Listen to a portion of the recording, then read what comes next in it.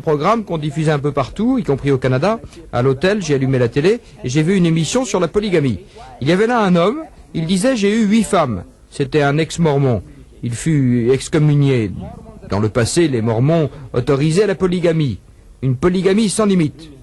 Joseph Smith et Brigham Young avaient plusieurs femmes. Mais maintenant, à cause des pressions exercées par les autres communautés, vous les mormons, combien de femmes vous avez? Vous les mormons? Et il donnait des chiffres étonnants sur la situation actuelle. 20 000 mormons furent excommuniés parce qu'ils avaient plus d'une femme. Ils avaient plusieurs femmes. Ils ne pouvaient pas les enregistrer. Mais ils avaient plus d'une femme. 20 000 mormons. Cet homme disait, j'ai 8 femmes et elles sont toutes heureuses avec moi. Aucune d'elles n'avait été mariée. Aucune d'elles. Elles n'étaient pas vierges, mais elles n'avaient pas été mariées. Et alors, du public, c'était transmis en direct, vous savez, une femme d'âge moyen, jolie, rondelette, se lève et dit « Alors, que dites-vous de moi ?» Il répond « Vous aussi, donnez-moi votre adresse et je vous recontacterai. » Vous voyez, demandez à toutes ces femmes qui n'ont pas trouvé de mari. Ils seront environ 20 millions sur le marché du mariage. 20 millions sur le marché du mariage au moins, à la recherche d'un mari. Et elles chassent les hommes à New York.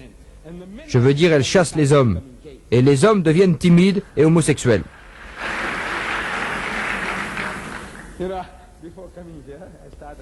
Avant de venir ici, j'ai quitté, je pense, le 16 novembre. Non, octobre. Octobre. Pakistan, Dubaï, Abu Dhabi, Sharjah, Al Ain et enfin ici. Et j'ai parlé à mes coreligionnaires, là où je suis passé. Je leur ai dit, vous êtes vraiment idiots. Vous allez à Bombay, vous allez à Beyrouth, vous allez à Londres.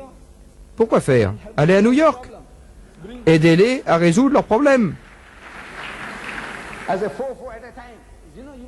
J'ai dit 4 d'un seul coup. Vous devez ramener 4 d'un seul coup. Votre pays est peuplé. Peu peuplé. Un pays vaste et étendu et pas assez de population. L'Arabie Saoudite, avec son immense superficie, ne compte que 6 à 8 millions d'habitants. J'ai dit, allez les chercher. 4 à 4 d'un seul coup. Et multipliez l'Oumma et Allah vous bénira. Vous savez, vous serez heureux. Vous résoudrez le problème des Américains. Et vous résoudrez votre propre problème. Accroître l'Oumma. Si vous pouvez, devenez nombreux et soyez féconds. J'aimerais que frère Swaggart écrive un livre.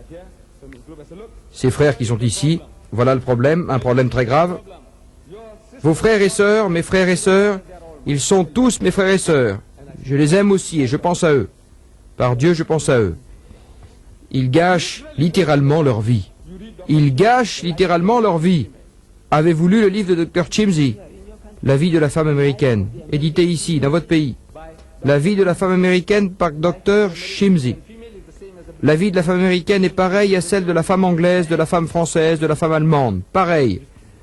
Elles gâchent littéralement leur vie. Je dis, l'islam apporte la solution. Si vous n'adoptez pas, vous ne pourrez pas vous en sortir. Vous êtes dans un enfer et vous allez y rester avec vos ivrognes, vos homosexuels, vos excellentes femmes. Vous n'avez pas d'autre issue que d'embrasser l'islam. L'islam vous offre une solution. Jésus-Christ dit, il vous guidera dans toute la vérité. Toute la vérité. Tous vos problèmes. Amenez-les. L'islam a la réponse à tous vos problèmes. Vous n'avez pas trouvé la réponse et vous ne la trouverez jamais. Vous prescrivez un remède pour l'alcool.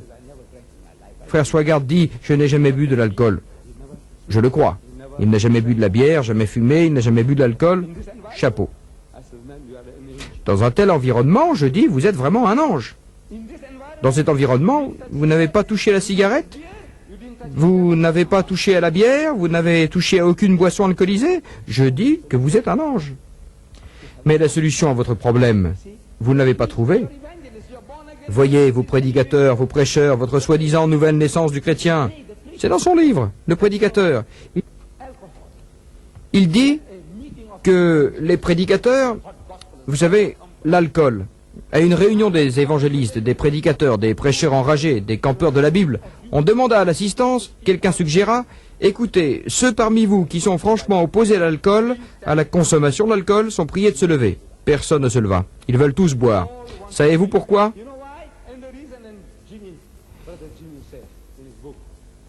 Jimmy, frère Jimmy, dit dans son livre que la raison, que c'est parce que le Seigneur, Jésus-Christ, changea l'eau en vin. Si cela était bon pour lui, pour ses disciples, il devrait être bon pour nous également. La logique est impeccable.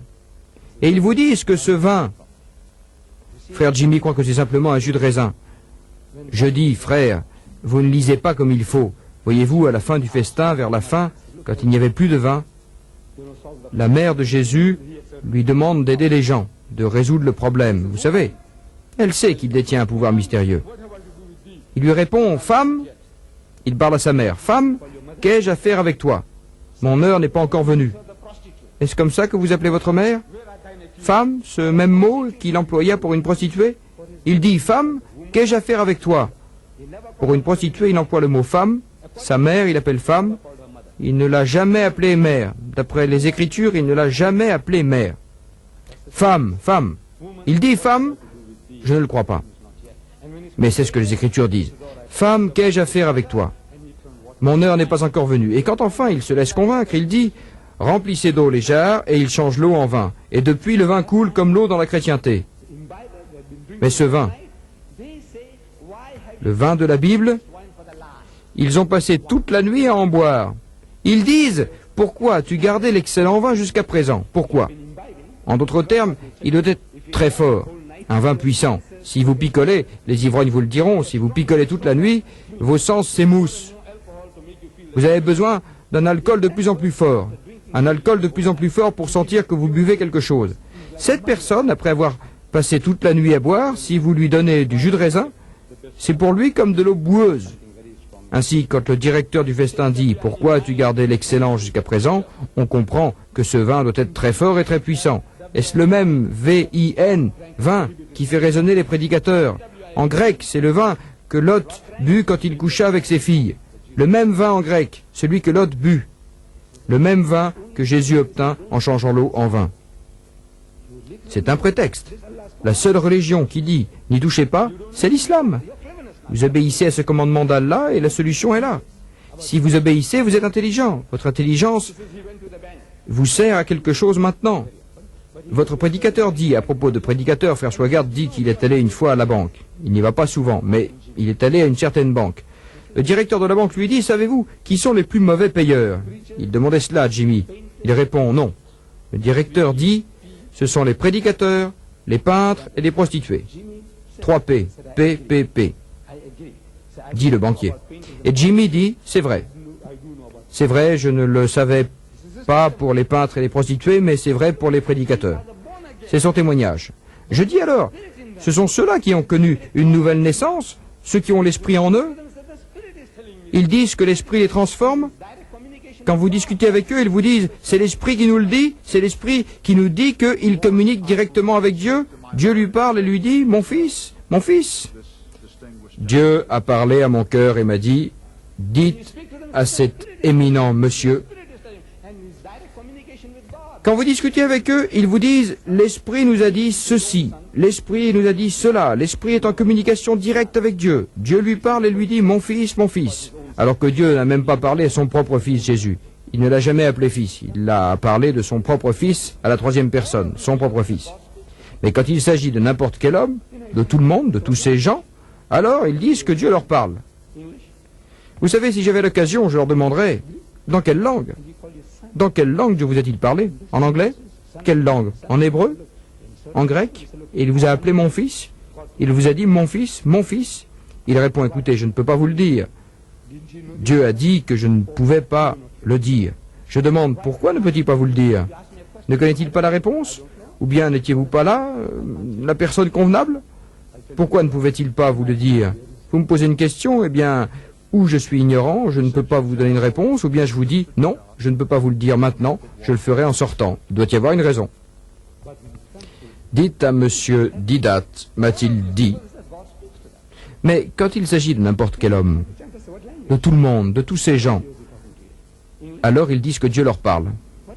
Vous savez, si j'avais l'occasion, je demanderais dans quelle langue? Dans quelle langue Dieu vous a-t-il parlé? En anglais? Quelle langue? En hébreu? En grec? Et il vous a appelé mon fils? Et ce quelqu'un répétait de nouveau mon fils, et il me répond, écoutez, je ne peux pas vous le dire. Dieu a dit que je ne pouvais pas vous